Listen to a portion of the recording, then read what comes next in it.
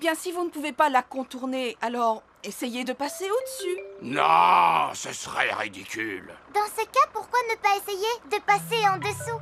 Oh, par un tunnel. C'est très difficile à construire. Oh, quelqu'un frappe à la porte de derrière. Oh, bonjour, monsieur. C'est le frère de Monsieur Boule. Bonjour, madame, navré pour tout ce bruit, mais nous construisons une nouvelle route et nous allons devoir démolir cette maison. La maison pour animaux malades du docteur Hamster est sur le chemin de la nouvelle route. Bonjour tout le monde. Monsieur Rabbit est l'inspecteur du chantier de la nouvelle route. On dirait que le chantier n'avance pas, monsieur Bull. Pourquoi vous êtes-vous arrêté de travailler? Cette maison est sur notre chemin. Je leur ai dit qu'ils devraient construire un tunnel. Un tunnel? Mais oui, c'est une brillante idée. Oui, mais ça va être vraiment difficile à construire. Êtes-vous en train de me dire que vos engins ne sont pas assez forts pour construire un tunnel? Comment? Mais pas du tout, nos engins sont forts, ce sont les plus forts du monde entier. On peut très bien construire un tunnel. Moi, je commence à creuser de ce côté. Et moi, je commence à creuser de l'autre côté. Et on se rejoindra au milieu. Monsieur Boule et son frère creusent un tunnel dans la colline.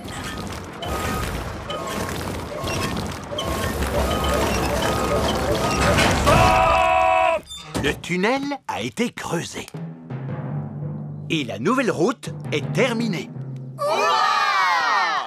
Bravo, je vous félicite, monsieur Bull. Vous avez fait du bon travail. Eh oui, maintenant les gens pressés pourront se rendre où ils le veulent, plus rapidement qu'avant. La nouvelle route est si belle et si droite que de plus en plus de voitures veulent l'emprunter. On ne peut pas dire qu'il roule aussi vite que ça. Il y a beaucoup plus de voitures sur cette route que nous l'avions prévu. Il existe beaucoup d'autres métiers très intéressants, comme maçon, par exemple, ou encore écrivain. Moi, quand je serai grand, je voudrais devenir pirate. Ah! Les pirates chantent des chansons gaies et ils font yo-ho-ho. C'est vrai, mais tu sais, Dani, je ne suis pas sûre que ce soit considéré comme un métier. Je voudrais faire pirate ou alors agriculteur. Excellente idée. Agriculteur est un très beau métier. On fait pousser des fruits et des légumes pour donner à manger à tout le monde. Oui, et je pourrais dire aussi à tous les animaux ce qu'il faut faire.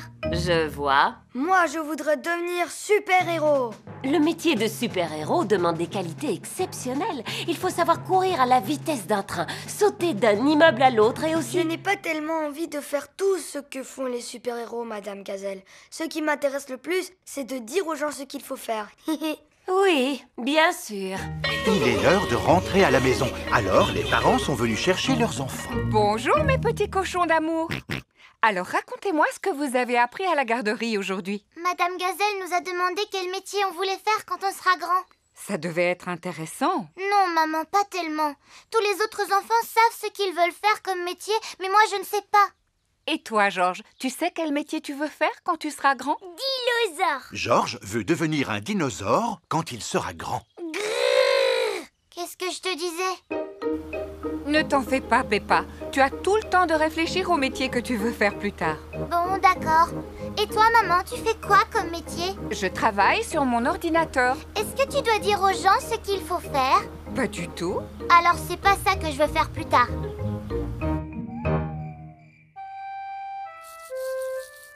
Qu'est-ce que tu fais comme métier, papa? Je veux bien t'en parler, Peppa, mais je ne pense pas que tu vas le trouver intéressant.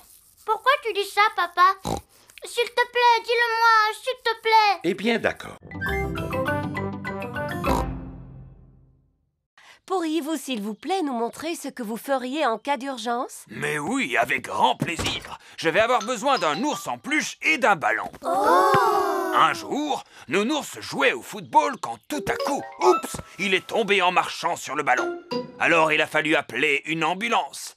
Freddy, peux-tu imiter la sirène de l'ambulance, s'il te plaît?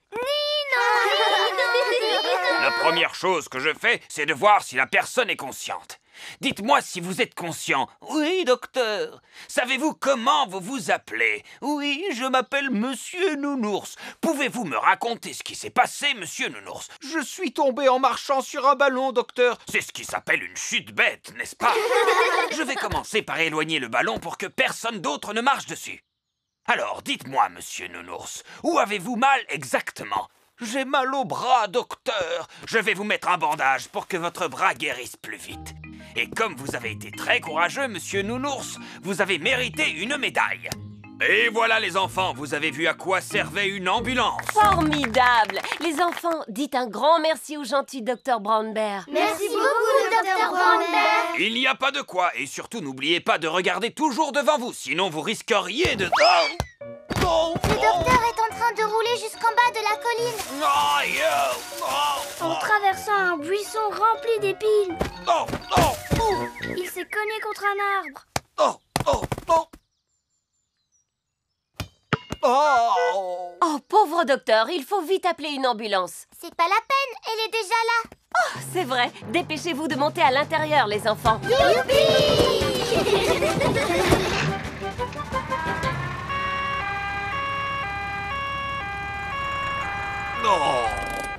Ne vous inquiétez pas, docteur Brown Bear. Nous sommes là pour vous soigner. C'est très gentil, mais je ne pense pas avoir besoin de votre...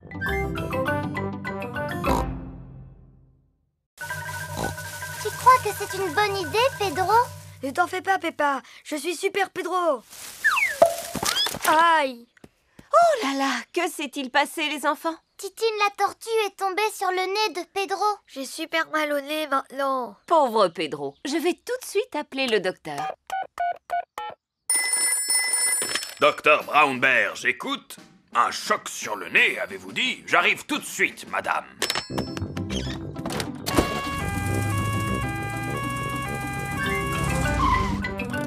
Bonjour à tous. Alors, où est le patient? Je suis là, j'ai reçu un coup sur le nez. Oui, je vois ça. Dis « Ah ». Ah! Ne bouge pas, je vais te mettre un pansement. Et voilà, avec ça, tu guériras plus vite. Youpi! Pourquoi je ne vois plus rien dans mes lunettes? Les lunettes de Pedro sont couvertes de boue. Oh, docteur Brown Bear, pouvez-vous réparer les lunettes de Pedro? Non, malheureusement, c'est un ophtalmologiste dont tu as besoin. Un ophtalmologiste est un médecin qui s'y connaît en lunettes. Justement, mon papa est un ophtalmologiste. Allô, docteur Pony, j'écoute. Un problème avec une paire de lunettes, avez-vous dit? J'arrive tout de suite. Coucou, papa. Bonjour, fiston. Alors, quel est ce problème? Je ne vois plus rien dans mes lunettes. Arrives-tu à lire ces lettres? Non, je te dis que je ne vois plus rien, papa. Ce n'est pas étonnant, elles ont simplement besoin d'être nettoyées. Ça devrait aller beaucoup mieux. Ah, oui. Merci beaucoup, papa. Le docteur Pony a réparé les lunettes de Pedro. Merci, messieurs les docteurs. Grâce à vous, tout est rentré dans l'ordre. Regardez, Titine a besoin d'aide, elle aussi. C'est curieux. Comment se fait-il qu'elle remue les pattes en l'air? C'est parce qu'elle est à l'envers, apparemment.